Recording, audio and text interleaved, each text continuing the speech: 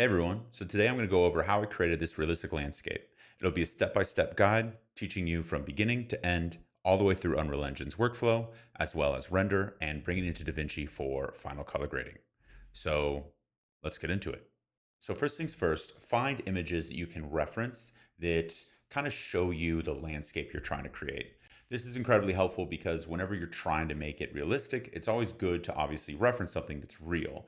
So this can help when it comes to how to make the color look real, how to balance the image, where to place different static meshes, and things like that. So I definitely suggest collecting a bunch of reference. For this one, I collected a bunch of different images on European planes. Um, I kind of just went through Google Images and just had a bunch of different ones collected to kind of see like how the landscape got laid out, how the trees look like in the distance, how much foliage is present, things like that. Now, I definitely did have to take more artistic liberties going through this because I don't have the exact foliage that you would use in something like this. So there are definitely some changes that I take, but it still is very nice to reference it to kind of get an idea of how to create it. Perfect example would be something like this. You can see the lake here, and maybe you want the trees up close, but when you're looking at this, you can see that there's heavy foliage and space between, say, the lake and the trees. So it just, again, helps reference things to kind of get a good idea of what it's going to look like. Okay, so let's get into it. The first thing I'm going to do is go over to Epic Games Launcher and then go over to Library. And for this project, I'm going to be using 5.5.4, not 5.6, mainly because the Gaia plugin that I want to use is in 5.5.4. So with that, I'm just going to click Launch. Once this pops up, the next thing I'm going to do is go over to Games and click Third Person. Next, you can pick a folder you want this in. I'm going to pick this one right here and then select. And then for the project name, I'm going to name this PRL_2 for photorealistic landscape. And then it's the second one I'm creating. And then click Create.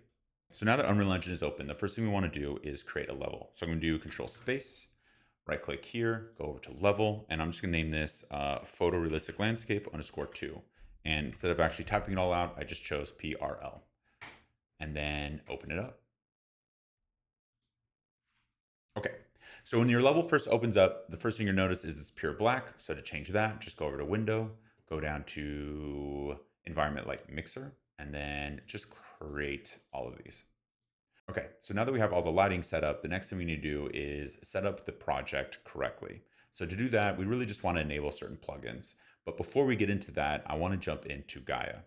So for this specific tutorial, I am using Gaia, a landscape program to create the landscape that I'm going to use in Unreal Engine.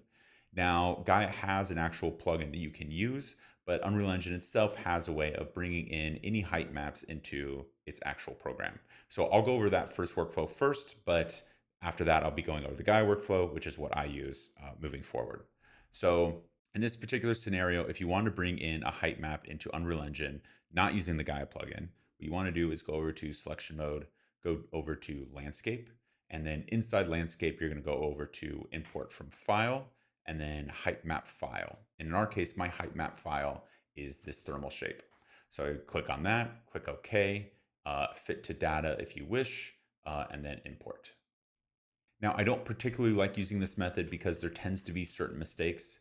To make things easier, I can go over here and just get rid of the height fog. But basically what's happening here is the height map, the height that's coming in is not accurate to the one that I saw in Gaia, which is why I prefer using the Gaia workflow because it tends to be more accurate to what I anticipate. So for that, if you want to go by that workflow, you can delete this. And we want to go over to Gaia.com to download Gaia. So down in the description below, I have a link to Gaia that's going to take you to this page right here. From this page, you can go over here to the download page and download Gaia. Gaia is luckily a free software if you want it to remain free. I believe you can export up to 1K using the free download, and then beyond 1K is when it starts to get paid. Generally speaking, it's $99 lifetime, and I think it's an amazing software. So definitely would suggest you downloading it.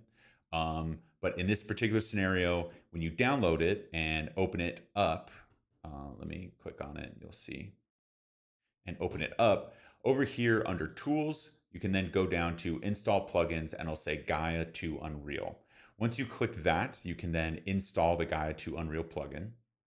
This will automatically show up on your page to then download it. So definitely suggest you download it. In my case, I already have one here. Actually, I think I have like 4 here from testing this out. So for right here, I'm gonna exit out. So download it to any folder you want. Once you download it, you can go over to your Unreal Engine folder. So in this sense, find that one. Mine is Unreal Engine 5.5, since that's the Unreal Engine version I'm using. Open that up, go to Engine, go down to Plugins, and then you want to basically copy what you just downloaded here.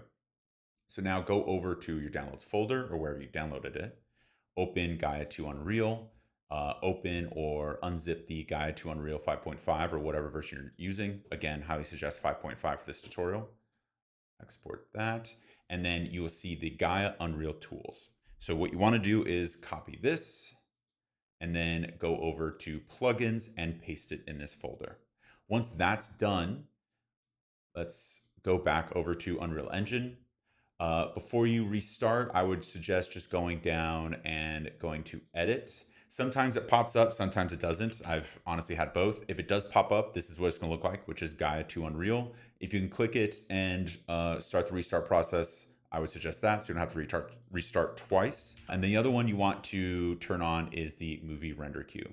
One last plugin here. Type in HDRI and enable HDR backdrop in your scene as well. Once you click on these, you're going to see a little Restart Now button down on the bottom right. Click that and open your project up. Okay, now that Unreal Engine has opened up, the next thing we need to do is download the actual texture files and height map that is going to help us create our landscape. So to do that, go in the description below and I'll have something labeled landscape textures. Go into that and download it. Once you do, you should see a folder that looks like this and has these 7 different items. The main one we want to focus on right now is going to be the thermal shaper. So I'm going to minimize this. Go over here to this little logo symbol. This is the Gaia logo and our plugin. So I'm going to click on that and then go over to import height map. Once I click import height map, I'm going to go over to thermal shaper and click open. And then you can click create landscape. Now here is our landscape. So now the next thing you can do is kind of work around trying to find an angle to start off with. So in my case, I'm going to go a little low, maybe pick something right about here. So the next thing you want to do is, once you have an angle, is you want to bring in the mannequin to kind of get an idea of the actual size of the landscape. So I'm going to do Control Space. In the content folder, I'm going to type in MANN to get our mannequin.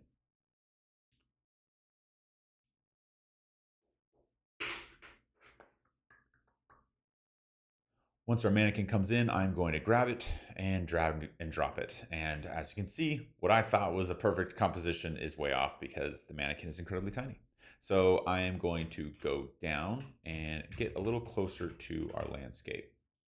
And now that I've done that, I can hold Shift and drag forward to get an idea, because I kind of want to be a little closer to the bend for this actual landscape. I think something like right here, maybe. I don't know. What do you think?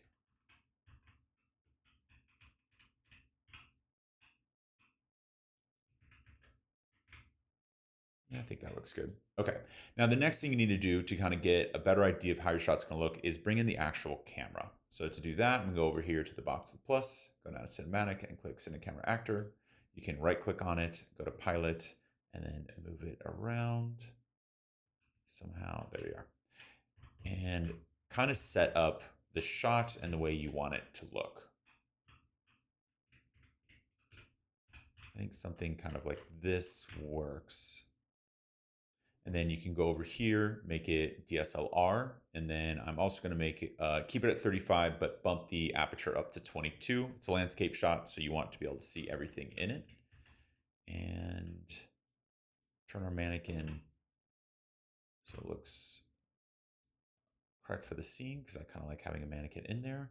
And there we go. Okay, so now that that is done, I can exit out of the camera,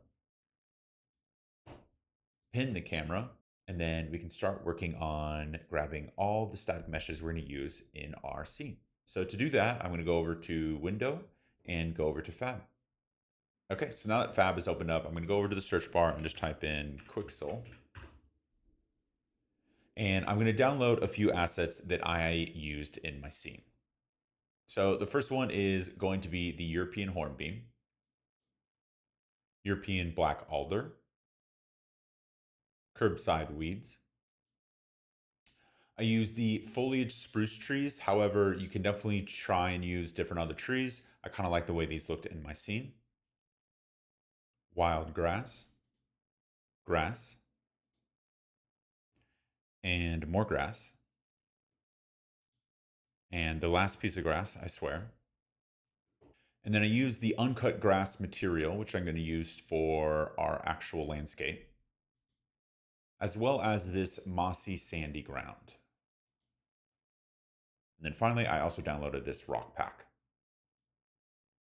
Okay, so now that we've downloaded all of our assets, next thing we can do is start creating our landscape material. So I'm going to do Control Space, right click, go over to Material, and then I'm going to name this M_landscape.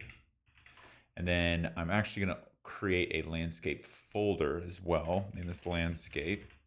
And then I'm going to drag my material into that folder, move here. And then I'm going to open up this landscape folder, go back to our original landscape textures right here, and drag and drop them into our scene. I think the drag and drop literally dropped it into, there we go. And this tree dead zone, the black and white one, into our scene as well. Okay. That can be deleted. And then now I can go over Control Space, open up our landscape material. And with the landscape opened up, I'm going to do Control Space and now drag and drop those two textures in. The next thing I want to drag and drop into our scene is going to be the roughness and normal of another one. So I'm going to go over to Fab, and inside Fab, I'm going to click Megascans, Surfaces, and go to the uncut grass that we downloaded. And once I click on that, I'm going to bring in the normal, and then I'm going to bring in the roughness and line all of these up.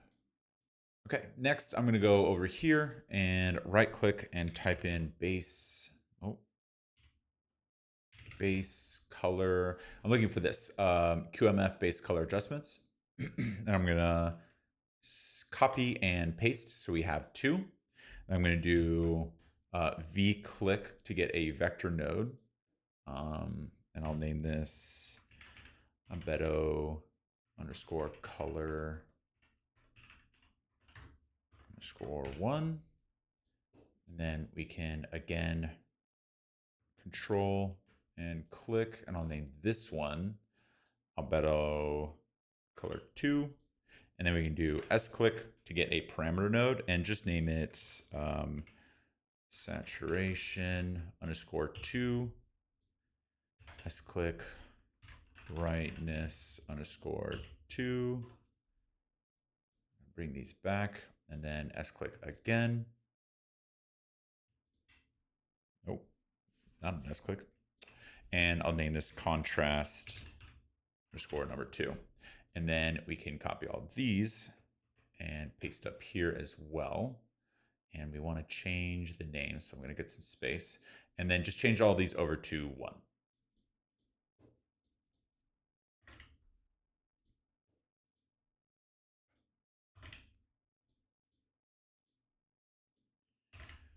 Now, what this is going to do for us is it's going to allow us to split out the base color and have us actually be able to adjust the saturation levels, the brightness levels, and the contrast levels independently of each other, which is going to be very helpful later down the line.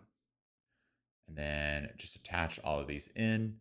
And if you want, you can always start all these with the base value of 1 all the way across. And then I will have this color be slightly green, and then this color be slightly yellow. And again, these can all be changed down the road. In fact, you can right click and, oh, it's already a parameter node. Never mind. Okay, cool. I'll just organize this real quick. Next thing we can do is get a landscape layer. So let me do landscape layer coordinate, which is going to be this right here. And I can plug this into both of our landscape textures. Now, for anyone who doesn't understand what I'm doing next, it is to map the actual scale of the texture. The texture and the landscape are all at 4033 pixels. So what you want to do right here is just type in 4033. Okay, so now that that is done, let's do a lerp node.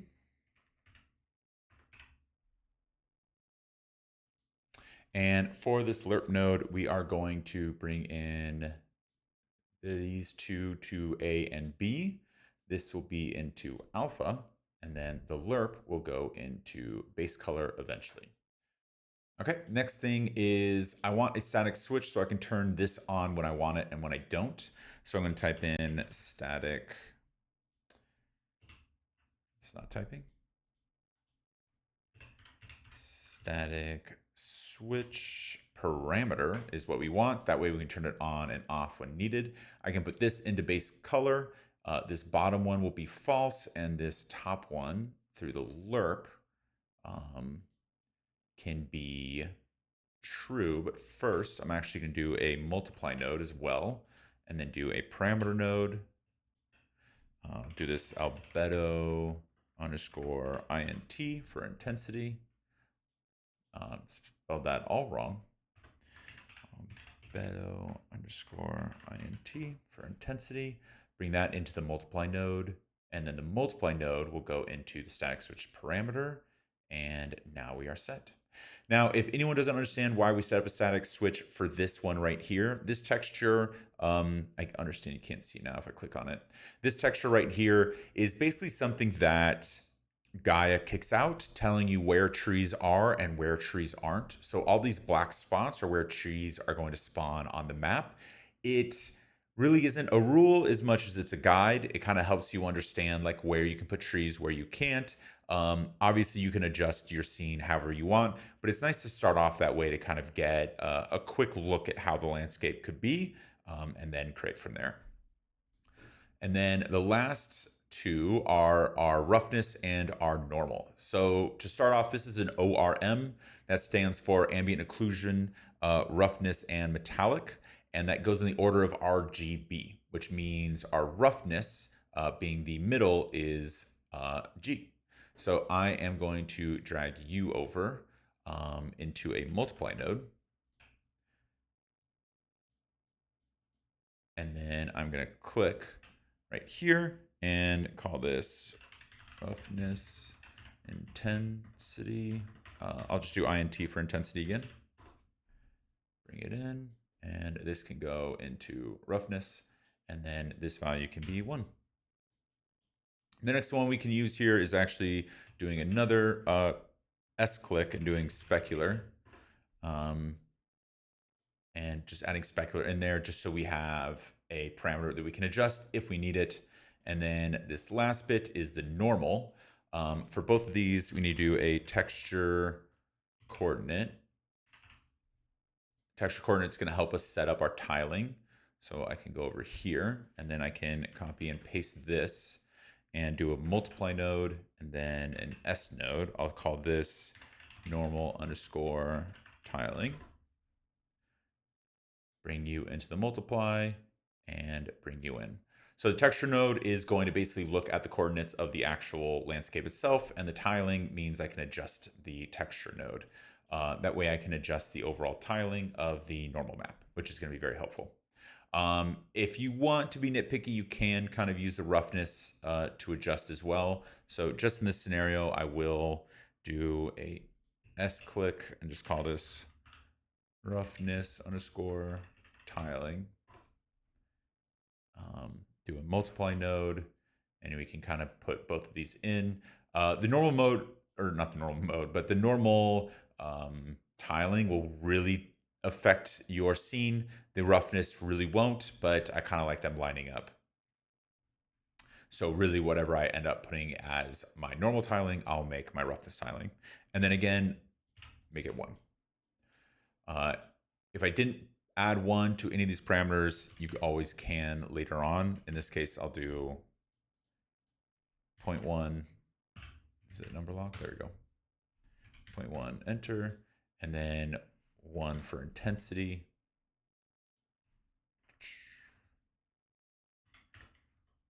There we go. Make sure there's a value in all of these because your material will come out basically not working if you don't. Okay, now to finish us off, I'm going to do a flatten normal. And then I'm going to do a 1 minus to get the opposite. If my thing wants to type. My patience. There we go. And then S-click for normal underscore int. And then I'm going to click 1. Nope. I'm going to click 1 here. Go over to 1 minus. Go over to flatness. Bring my texture sample into the normal. And then the result can go into normal. And now we have created our landscape material. So I'm going to go over to apply, close, and then open it back up, right click and do create material instance. And then once I have create material instance, I can now click on my landscape, or sorry, click on the instance, click on the landscape, go down to landscape material and click our little arrow. And if you did that in the right order, your landscape material will pop in. And here is our landscape material. Now, the first thing you're going to see is that the static switch is probably clicked. So I can turn this on real quick. Go over to the static switch values, click it on, and then click right here. And now everything should switch over to our actual landscape material and not our basic guide, I guess. So this is our landscape material. Now, I do want to point out, yes, it does look pretty bad. It isn't meant to look fantastic just yet. It'll be a nice little work in progress as we start creating our scene. Really, this is just meant to texture the background, so the grasses feel like it's grass in the background. And the more we adjust this, we are going to get that effect. So going back into our character, if you double click, like if you can't find where your scene is on this giant map, if you double click the camera, it'll bring you straight to the camera, or you can do the same thing when it comes to the mannequin. The other thing I'm doing actually is speeding up and slowing down my camera view. If you ever want to change that, that is hold down, right click, and you can scroll up or down to adjust the speed. And you can look up right here to kind of see that number moving. So now that I'm close to my mannequin, I'm going to slow up. If I look down here, you can see that the landscape is showing the actual normal and roughness, but out in the distance, it just looks flat because it's so small. So what we want to do is actually adjust that, and we can adjust that now just to kind of get a head start on the way our landscape will look. So I'm going to double click to open up my instance. I'm going to go over here to tiling for the normal and the roughness, and I'll make this 0.2 to make it much larger, and then I'll make the roughness as well 0.2 to just copy. And if you want, you can always adjust this more and more. I think 0.2 is a good start right now. Cool. So now that we have our landscape material set up, the next thing we can do is start adding in our trees. So what I'm going to do now is do Control Space and switch that parameter over so I can start seeing where to place my trees. So I'm going to unclick this, close it, and now I can see different tree spots to add in. So now I can go over here to selection mode, go down to foliage, and inside foliage, I'm going to just pick my first trees to kind of spread around. I'm not going to pick all the trees all at once. I'll be placing them individually so I can kind of curate the look I'm going for. So I'm going to click on European Hornbeam, and then I'm going to go to static mesh to get all my static meshes filtered out. And I'll just grab these 3 right here. Whenever you're grabbing in things and kind of dropping them into the foliage area, it's always going to be a slight load as it loads in the actual static mesh you're grabbing. So just give it some time throughout this process. All right, so now that you have your foliage added in, now we can kind of fly out into the distance while we have our camera pinned and start drawing in some foliage. So I'm gonna go over here to the brush size, make it pretty large, and just drop a batch. And your computer might die if it does what mine just did. You basically painted a ton, and that's not really what you're going for. So if you ever need to delete, you can click Shift to switch over to Erase and click to kind of erase them. And the first thing we want to do is limit the density. So right here is paint density at 0.5. I'm going to reduce this all the way down to 0.1. And then if you actually click on any of these trees, you can see a bunch of different settings you can adjust. The first setting at the top here, though, is density, which is another number you can click to adjust. So I'm going to click on all of them so I affect all of their densities and bring this down to 5 and paint. Now, truthfully, that is still too many. But we can also get an idea of the size of the trees and see how we want to adjust that as well. So in my case, I do feel like they might be slightly too large as well. So I'm going to go over here to the scale. I'm going to switch this over to, let's do 0.75 and, or 0.85 and 0.65 to get some variety. Again, if you go to our reference, you can kind of see how the trees vary greatly throughout most of our reference based on size. So there's a bunch of different sizes of trees, so we kind of want to emulate that as well. So kind of heading back in here, I'm going to drop this little batch in. We can definitely get more variation in the actual tree itself. And then again, I can reduce the density. So I'm going to get rid of these, go into density, bring it down to 1, and then go into the size, bring out 0.45, 0.85, and click down. And that is looking a little better, but now it might be a little too sparse for what I'm going for. So let's do density 2.5, kind of split the difference, click, and I think that is a good start. So now that that is done, I'm going to go over here, kind of reduce the size so I can paint a little more specifically and start painting in our areas.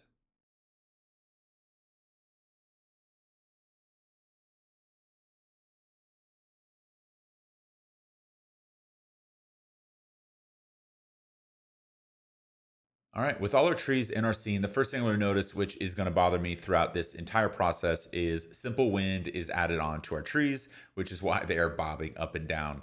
It tends to not look too good. I think it's a little glitchy out of Fab as of late because it used to look a little better. But in our particular scenario, to kind of get rid of it, I'm going to do Control Space, click on any of these trees since they all use the same master material.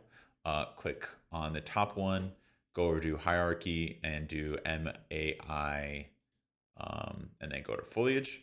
And somewhere in here will be the wind. And what we want to do is really just get rid of it. So we can unhook and just bypass the static switch if we want.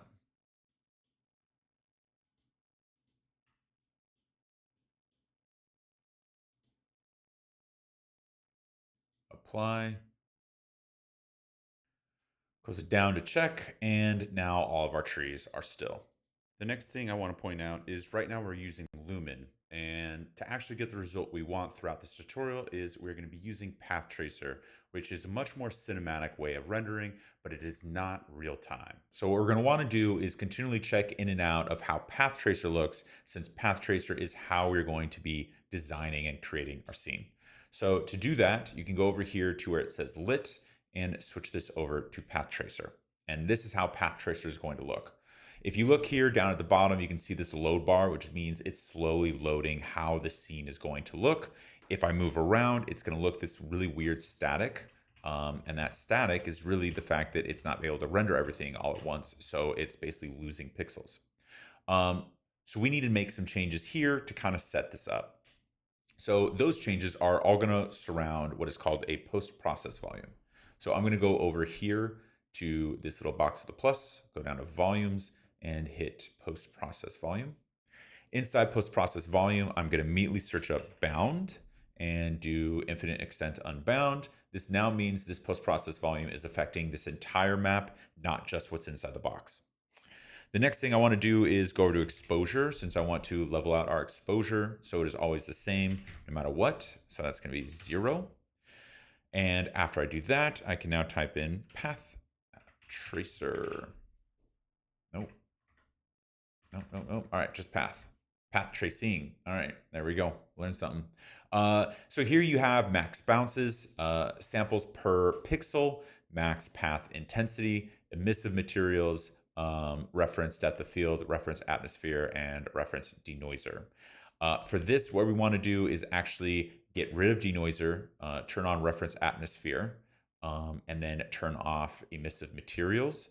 And then for our actual bounce, we can switch the bounce to 15 to be our max, and samples per pixel, maybe 150, and max path intensity, I think 24 is fine. This way, our actual path tracer will render more quickly, so we can kind of get a better idea of our landscape. The next thing I want to note is what happened after I clicked reference atmosphere is it is now referencing the atmosphere, which means it is bringing in the fog, which means even though we have fog hidden right now, it's still going to show. So just to like kind of calm that down for a bit so it's not as distracting, I kind of just want to bring it in as an afterthought at the very end.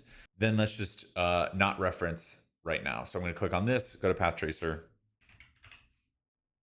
and not reference it. That way it's not impeding the way my scene looks. Okay, perfect. So now that those trees are in, the next thing we can do is start painting in different types of trees to again add the texture to our overall landscape.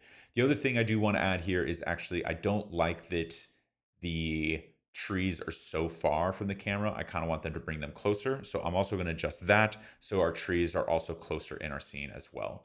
Okay, now that it is pinned, I'm going to switch over back to lit. I'm going to go up into the sky, grab foliage, and start painting to just play around and see kind of what we can get out of this corner. I do kind of like the idea of like a little field being shown there. So let me kind of adjust that. So there's that. And then I think we can kind of go something like this. Cool.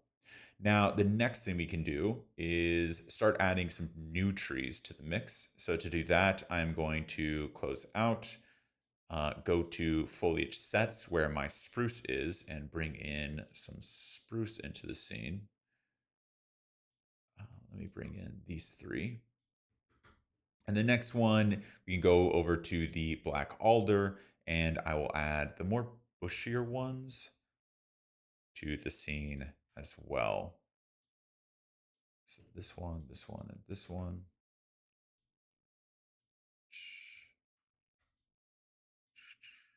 There we go, and drag them in. Okay, so now that those are added in, the next thing we can do is click on our original trees, shift click to get them all, and we can uncheck them. Unchecking them means whenever we paint on foliage, they're not going to paint on. And then I can actually go over to these as well and unclick them. So I'm just starting off with one type of tree from the start. So now with these trees selected, I'm going to go over to density, change that to 2.5 like we did with the other one. And again, I'll start painting, but I need to back up 2 seconds here. Foliage is still insane. Let me do that one more time. That is so many. Why is there so many? Okay, let me, oh, is it that one? Unclick this one, go back. Okay, it was that one. That was going on. I had one that had full density that was not supposed to be there. Okay, so now that that is fixed, we can go in and start adjusting these. Again, though, I do want the scale to change pretty drastically, so I'll keep them at 0.9, and then the minimum will be 0.7, and we'll start painting.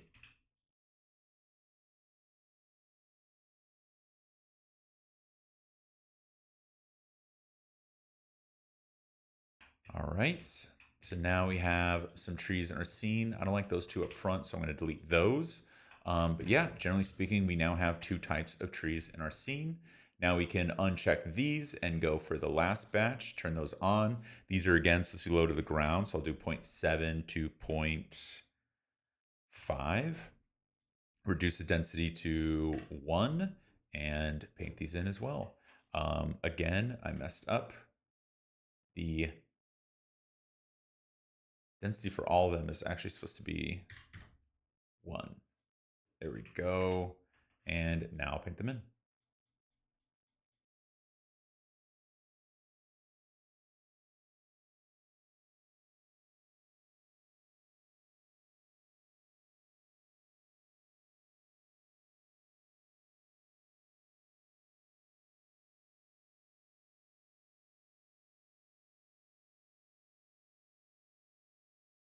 Okay, and now we can go back to selection mode. I can double click on the camera to get over there and right click on it and view it.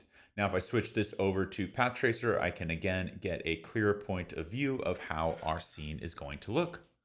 Now I can clearly see there's repetition with how I drew this in, so I can go in and fix that up to kind of spread it out. But overall, I do like the general look and feel of how our forest is kind of coming out. Now, the next thing we want to do is add in a landscape material that is more accurate to how the ground will look up close. So let's go over to our landscape, click on our instance and click here to get rid of the static switch.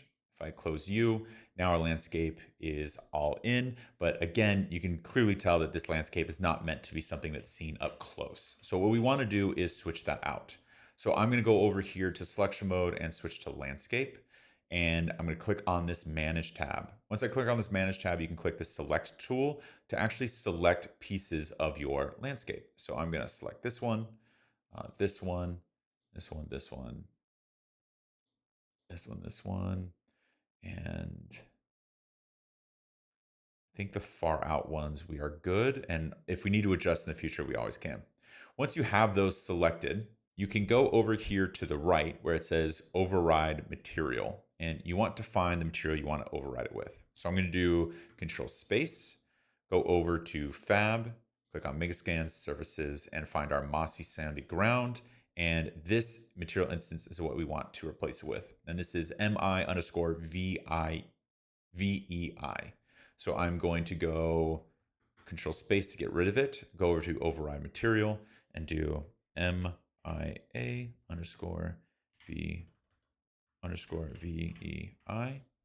and click on it. And once I do that, it will be selected. So I can undo this. And now we have a new material that is added into our landscape.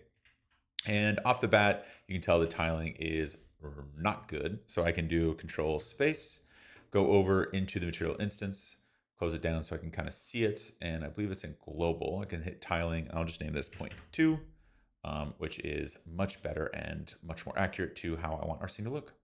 And now I can click save. Now, the next thing we're going to want to do is start adding in some foliage into our scene. So for this, I'm going to do Control Space, or actually, I'm going to go up here to the top left to selection mode, switch it over to foliage, do Control Space, go over to Fab, and filter out for static meshes. Now, the first thing I want to do is focus on just like one piece of grass and slowly add more to that. So to start off, I'm just going to pick these grasses right here and bring them into our scene. Now that they're in the scene, I'm going to, the paint density is still reduced. I can reduce this maybe to like 250 to get a little more control over it. And then I can go onto the actual grass themselves. And I'm just going to move the density down to, I'll keep it actually at 100 because it does want to be pretty dense. So let me click on it. And that is way less than we want. So I'll go back and maybe jump this up to 1000 and then drop it. And the next thing we want to look for is the actual size of the foliage. So it does seem a little larger than what we want, but maybe it works. So let me see if I can paint a little more. Let me up this to 5000 and then drop.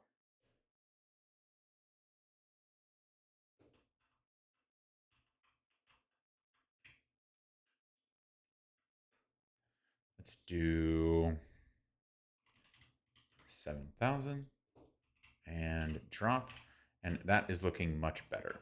Okay, so now that we have that dialed in, the next thing we do is just start painting it everywhere.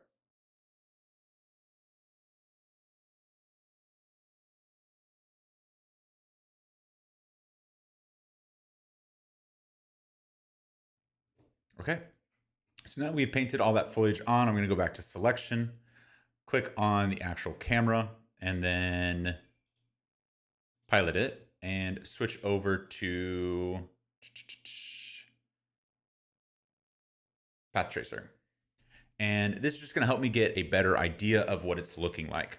Now, there's one thing I want to mention, which is you might not actually see the foliage off in the distance. And the reason that is because in Path Tracer, it does have something which is called culling, which will kind of cut down on foliage if it's not kind of too close to the camera. So to adjust that, you can go down here and paste in r.raytracing.geometry.instantstaticmeshes.culling space 0. I'll have this in the description below for you all so you can type it in whenever this issue occurs. Once that's done, you can just click enter. And then if you move the camera just slightly, it will kind of reset it and show the full foliage. So I actually really like where the foliage is at, but I want to add a little more monoculture to it as well as more roughness. Right now, it's just like a perfect carpet of grass. We kind of want to add some more grittiness to it. So I'm going to get out of the camera view, click back onto the camera, pin it, and then start adding in some more foliage for me to use. So for that, I'm going to do some dead grass. We can get some like common weeds. There we go. And then we can get some tall grass as well and add that in. And now that we have everything, we can go back over to the grasses and let's kind of just cancel everything out and add them in one at a time. So to start off, I'm going to go with this type of grass, drop it, and I'll tell you right now, it is immediately too tall for what we're going for. So let me back out of there. And then I can go in, switch this back over to unlit lit. And now, like all the other stuff, I'm just going to be adjusting the size. 0.65, 0.5, and then I'll reduce the density to 50 and drop. And we got just a tiny one right there. So now I can reduce the actual brush size and just slowly paint it onto our scene.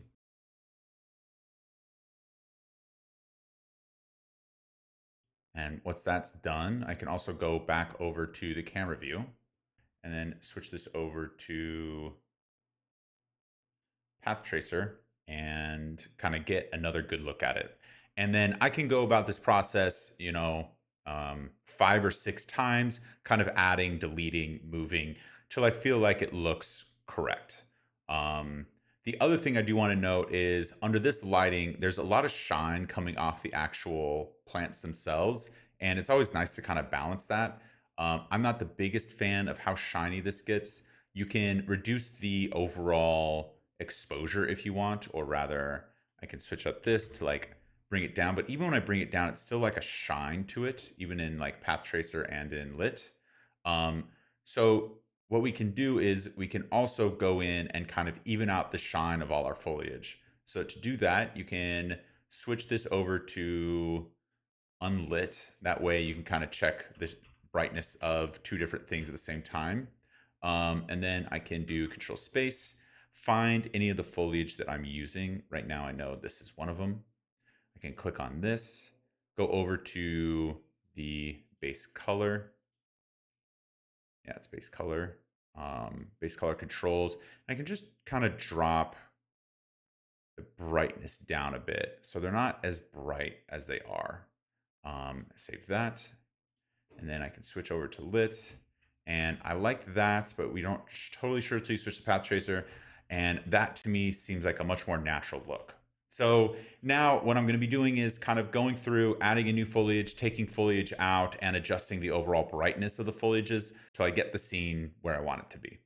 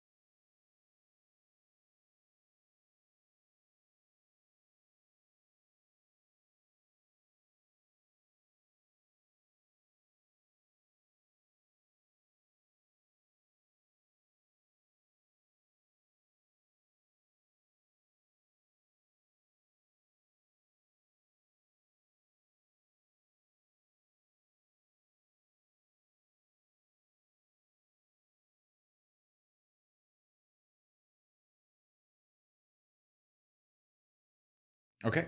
And now that the foliage is done, the next thing we can do is start making some final touches to the overall scene when it comes to like filling out the foliage and making sure the entire kind of scene of trees is the way we want it to look. So now I'm just going to do the same thing I've been doing before, which is painting on and kind of adjusting using foliage, um, and kind of finishing up the way I want the trees to look.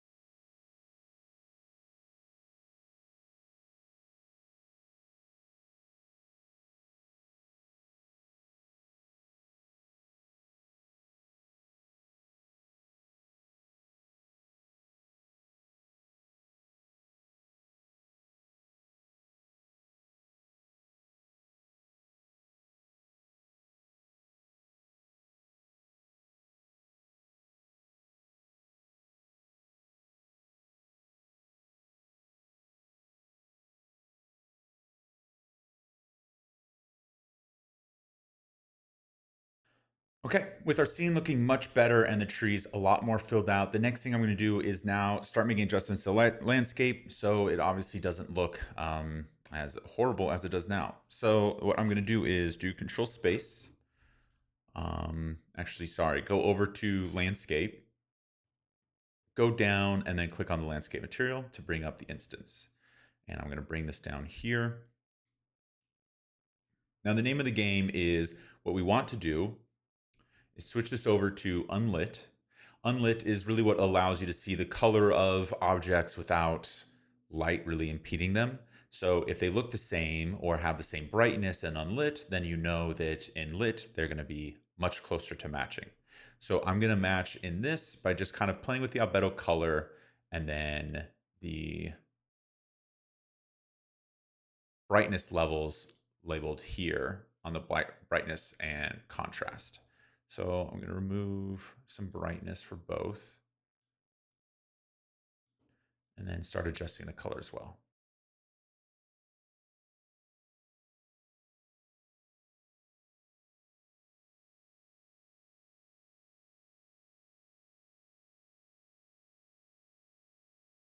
And then once you feel like it's at a good point, all you have to do is just switch over to lit to kind of see the changes that were made and then switch back and forth till you feel like it is at a good place. The other thing I do want to call out is we can increase the normal as well as decrease the tiling to kind of get a better texture in the background so it looks like there's actual real grass, even though we're not painting grass all the way back there. So to do that, I'm going to go over here to normal intensity and play around with that number. The one being on is good, and then maybe 0.003 or 0.05. We're just going to give it a little more texture to play around with.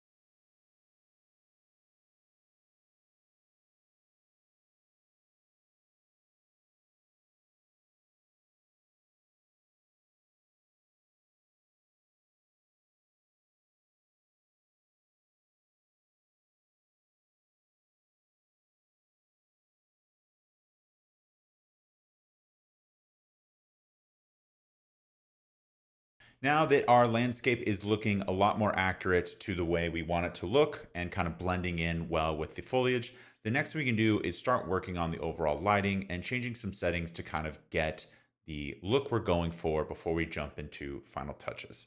So this leads us back to why we activated our HDRI plugin.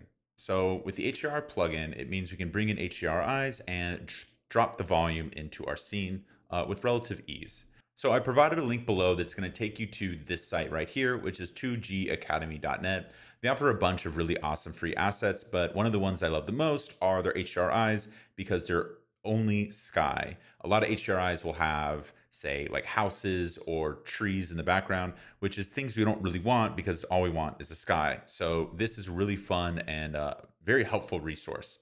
For mine specifically, I'm going to be using the HDRI Sky STCL004. But for you, you can really use whichever sky you want throughout your scene. So all you need to do is click the download button, download it. Once you've downloaded it, you can go to your content browser and just drag and drop the file into your software. So for me, I have mine right here, this HDRI file. I'm just going to drag and drop it into my scene and it will automatically import. The next thing you need to do is I'm actually going to quickly just organize this side panel. So I'm going to create a folder, name this cinematic, and then create another folder, name that lighting. And then I will drop the camera and the character into cinematic, directional light, foliage, no, just directional light, pretty much everything from the environment light mixer as well as the post-process volume. And they're all in. Now the next thing we can do is go over here to this little plus sign, go down to the place actors panel, and you can type in HDRI and you will get the HDRI backdrop. You can drag and drop this into your scene. Maybe take off path tracer before you do this so it doesn't freak out as much. But this is our HDRI. You can now close this place actor menu, drop the HDRI till it's below your landscape. And then you can now, ooh, I am playing with my camera view. I don't like that. Exit out.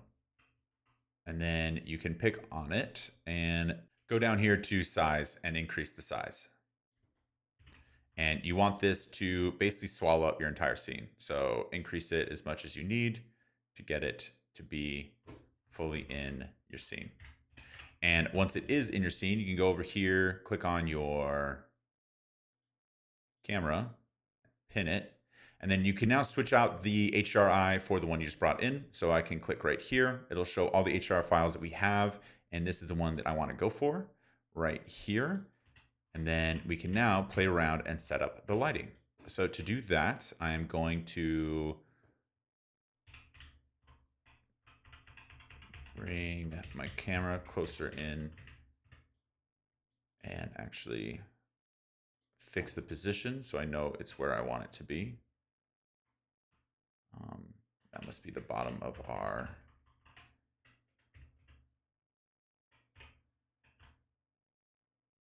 okay. That is looking good.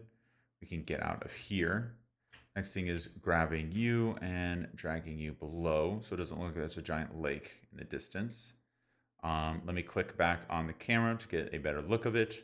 Switch over to path tracer so I get a better idea of how it is looking. And then I can adjust our scene. So I'm just going to move everything over till I feel like I have an interesting part of our scene. I'm going to go with this right here. And then I can now adjust the light to do the same. So go like this. And maybe have it low to the ground and match it where our HDRI is. So the lighting angle is accurate. And then this feels a little dark, but it also kind of fits the daytime. I think that's good. And then maybe I can adjust the post-process volume to be a little less on the exposure, so it's a little brighter. So maybe 1 and 1. No, opposite effect. Negative, no. 2 and negative 2, which is a little brighter. I think negative 1.5 might be what I'm looking for. There we go. And then now I can right click on the camera, pilot, and get a very good look at our scene.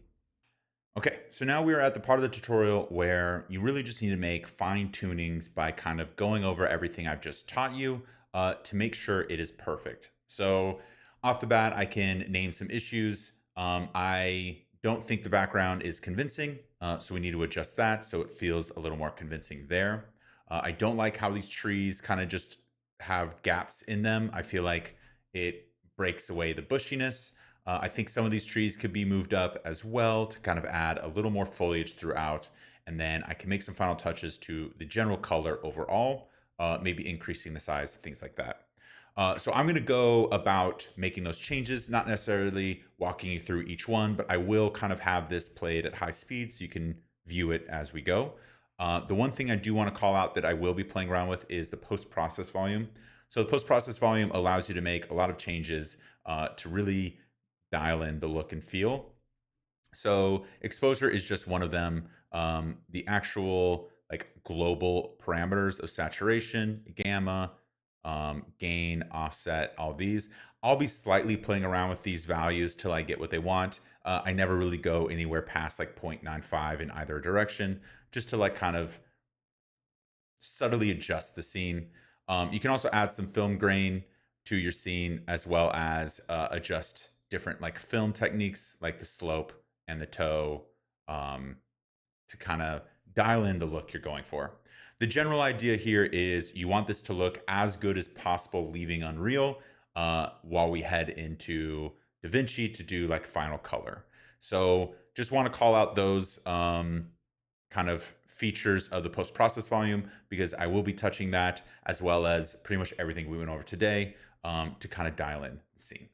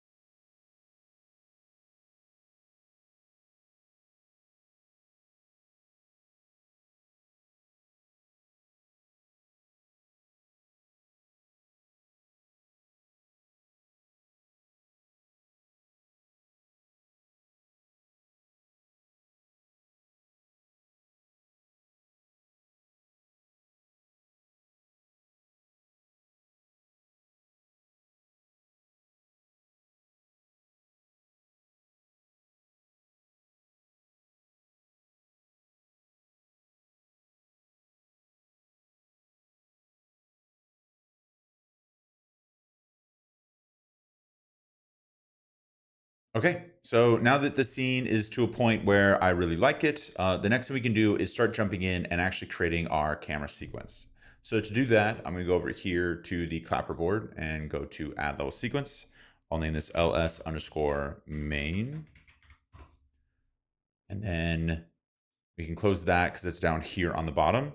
Right here, I'm going to click on add and go to actor camera sequencer and add in our camera. And the first thing I'm going to do is just add in the position into the transform. That way, if I move the camera from here on out, all I have to do is move this or click play and it'll go back to where it was. Because we already know that this exact shot is kind of what we want. The next thing we can do is kind of switch over to lit and adjust the camera. I'm going to reduce my actual movement speed to something very low and kind of just adjust the camera how I want it to be. We can kind of maybe, oh, we can't really look that direction. We can move forward like this, transform, and then I can go to the very end, kind of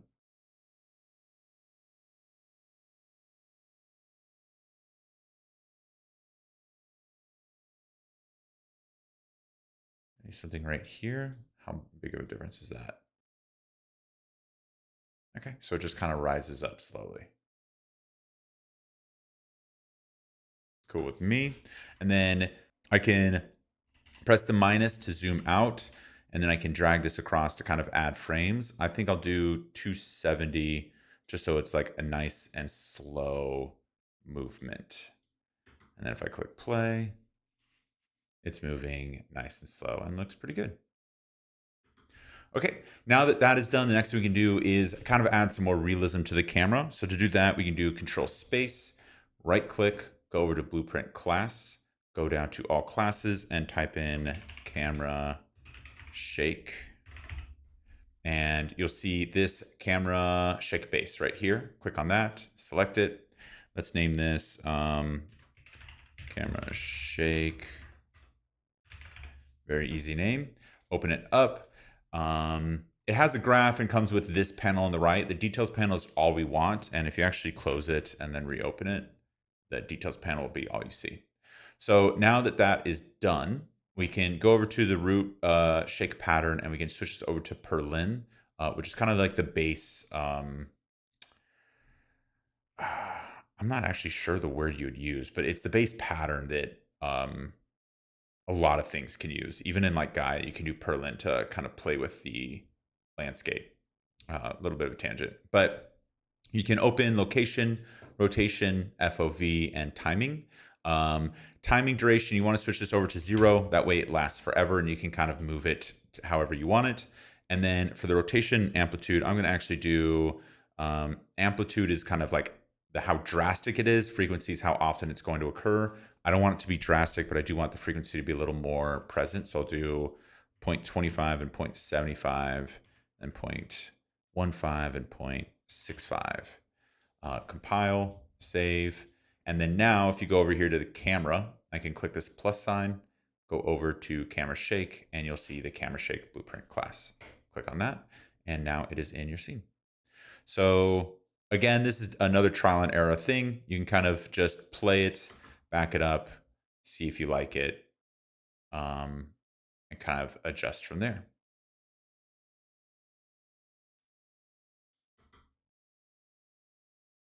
You can also play it in unlit mode if it's getting a little too glitchy to kind of get a better frame rate of how it's going to look. But I actually quite like this.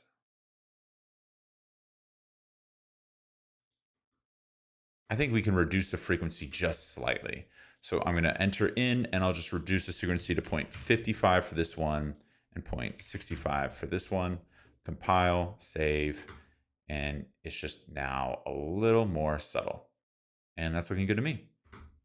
Okay, so now is the time for any final touches because the last thing we're going to be doing inside Unreal Engine is exporting this. So to finally export it, you can go over here to this clapperboard, make sure it says Movie Render Queue is ticked, and then click on that clapperboard. Now in Unsaved Config, I'm going to click there, and I can immediately delete the JPEG sequence unless you want to check the render as it's rendering. I sometimes leave it in to check it. So actually in this scenario, I'll keep it in. You can add in anti-aliasing, you can add in .exr, and you can add in path tracer as well as console variables. Now for .exr, you can keep that as is, same with JPEG. For deferred rendering, you have to get rid of it or it'll automatically render in lit, not in path tracer. So delete that because our renderer is path tracer. Now that path tracer is picked, you can just leave it as is. Switch over to anti-aliasing. This is a give and take. You're going for cinematics and realism here, which means this render is always going to take a long time. And the longer it takes, truthfully, the better the outcome tends to be. In my case, I usually go 10 for spatial and 50 for temporal to give it about 500 passes total, which comes out really nice. The last one you can do is add in a console variable. You can click on the console variable right here, and I will paste in this again, which is the, let me go back to the beginning, the R ray tracing geometry instant static mesh culling. Sometimes this ends up to be an issue for me where it'll cull some assets. If you put this console variable in there, it automatically will avoid this. And then click accept. Now, the last thing you can do actually before anything is you can head back to the processing volume and go to path tracer, and you can increase the max bounces if you want to kind of give it a little better of a look. In my case, I might do 20 and 250 and leave it there. Emissive materials can be checked off, and denoiser can also be checked off. Denoiser sometimes gets in the way of how we want our scene to look.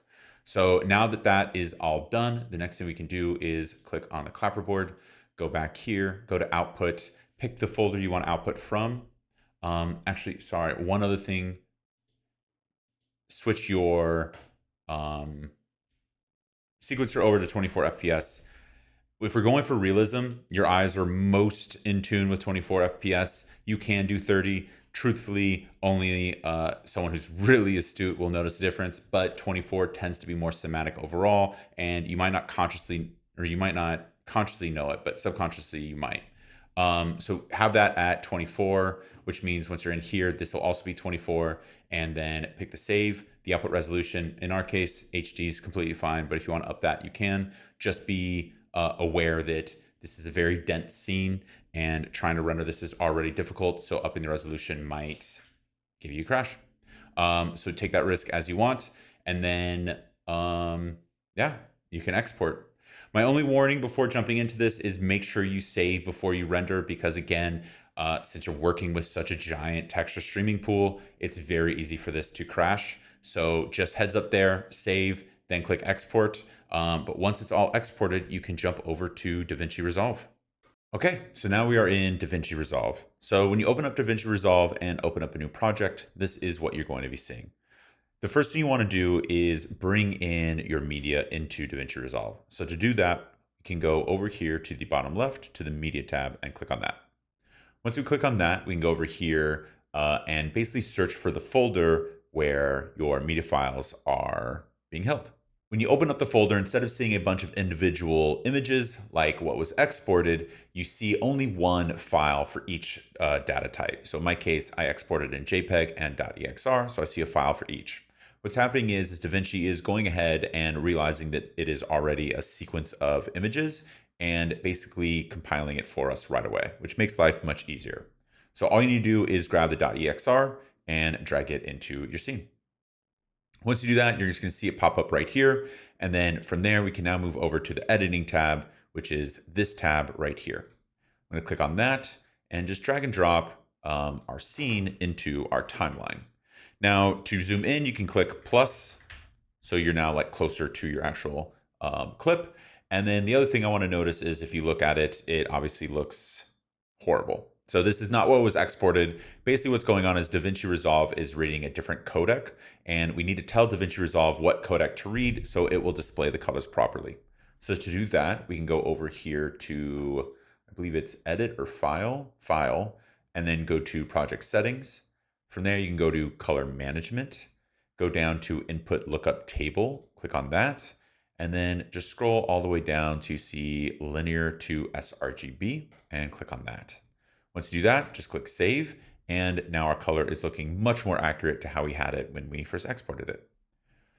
So now the next thing we can do is go over here to the actual color tab. So I'm going to click on the color tab, and this is what pops up. So on the left here are a bunch of built-in LUTs that you can use. On the right is all the different effects that you can use. And then on the bottom here are a bunch of different changes you can do to color. Now, I do want to mention that I have the paid version of DaVinci Resolve, which means I will have a little more effects available to me, whereas you all, I think there's maybe 2 or 3 effects that I'm going to be using in this tutorial that you won't have access to. I would say for now, if you're learning DaVinci, definitely stay on the free trial. Remember any of the tips that I kind of give you, and if you ever do go for the paid version, obviously implement those. So the first thing here is this is a node-based system, which means this first node is what comes first, and then we want to add subsequent nodes to kind of keep tailoring our image. The first thing you want to do at this point is really just adjust the exposure and lighting so it looks the way you want it to do. So first thing I'm going to do is right-click, go to node label, type in exposure. And then from here, I'm just going to adjust the lift gamma, gain, and offset till it looks where I want it to be. The other option here, which is probably going to be familiar to a lot of people, is the S curve. You can always Alt click to get the circles and kind of do a nice S curve if you prefer editing that way as well, to kind of tailor in your exposure. Once I do that, though, I will be kind of fine tuning it by using the gain and offset.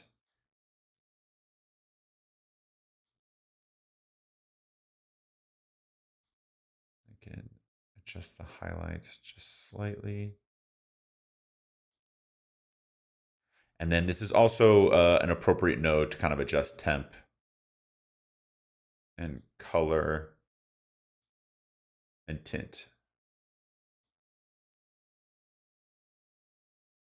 Okay, so if you ever want to check your node after you kind of adjust, you can do Shift D, which will bypass your node and kind of show you what it looked like before versus now.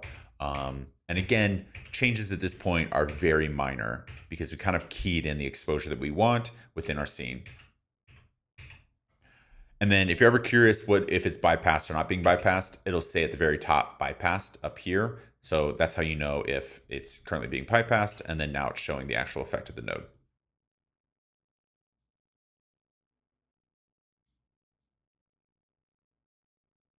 Okay, and one last check. Perfect. Okay, now the next node is going to be meant for hue versus hue.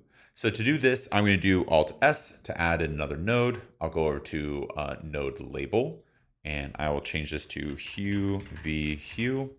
And right now is just clicking on this symbol right here and really keying in the exact colors that I'm looking for. So right now, all I'm doing is Alt clicking to get all the circles in our scene.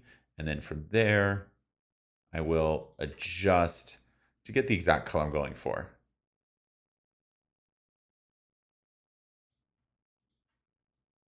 So if you want your greens to kind of change color, this is how you can do it.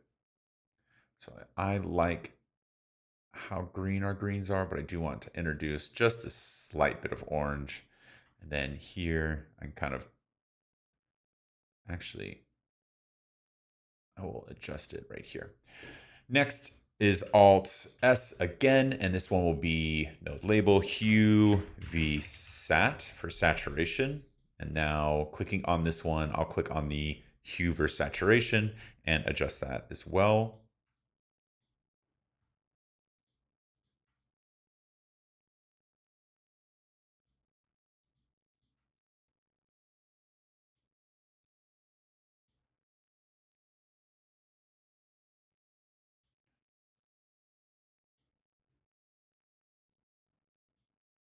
Now that you've done that, we can do Alt S 3 times to get 3 nodes. And this is where we're going to be really adjusting the overall look of the scene. So it looks as if it was shot on a camera, not rendered out of Unreal Engine. So I'm going to do Alt S 3 times to get 3 more nodes.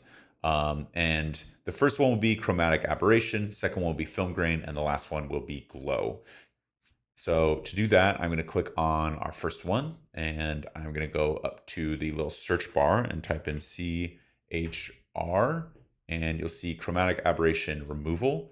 Click on that, and then you can zoom in. And now I will just adjust the scale for the edge. And if I adjust it greatly, you can kind of see what's happening is it's basically causing it to slowly bleed different colors. I'm going to just bring it up for each, just to slightly affect the edges of our scene to, again, make it look like it's from an actual camera. The next one we can do to kind of bring in some realism is click on here and type in grain and drag that one in. The grain, again, the idea here is to be super gentle. So zooming in a little bit, you can change the texture as much as you want, as well as the overlay. So I'm trying to do less is more in this scenario. The idea is to add very minute changes to it so it looks real, not wide scale changes, so it just looks overdone. So the last one I'm going to do is glow. And glow is really interesting because what it does is it takes any hot spots in your scene and kind of blows it up, like what you see here. And I like it because when you can kind of reduce it a little bit, it can grab some really interesting effect to the scene that makes it look a little more realistic. So this is it before and this is it now. The glow kind of emulates the look of a DSLR camera that doesn't have the best sensor. So in very professional cameras, they have what's called like dynamic range to it, where it can kind of show highly exposed areas in kind of equal manner. Whereas in older cameras or cameras that aren't as expensive, they have a harder time doing it. So the glow kind of emulates that look of having kind of hot spots in your scene from not being able to expose correctly, which I personally really like when it comes to adjusting for animation. Now, once this is all done, you can make all your final changes by like kind of going in and affecting exposure, hue versus saturation, or hue versus hue, and really keying everything in. But once you have that set and you're happy with it, the next tab we want to hit is this rocket ship tab, which is how we can export our video. So for this, everything here on the left is pretty much using all the best standards you could ask for. So I wouldn't really dive too deep into changing any of that stuff. Up here on the left, you can change the export file name. I'll just name this PRL_3 or 4 actually. And then you can choose your location. And then once you choose your location, the next thing you need to do is just go over here to add to render queue, and you'll see it pop up here on the right. Now, all you need to do once it pops up there is just click render all. And now you've just rendered your Unreal Engine scene. So I hope you guys like this tutorial. Try to make sure I packed as much information in here as possible, kind of showing you all the steps. So as usual, please like and subscribe, and I'll catch you guys on the next one.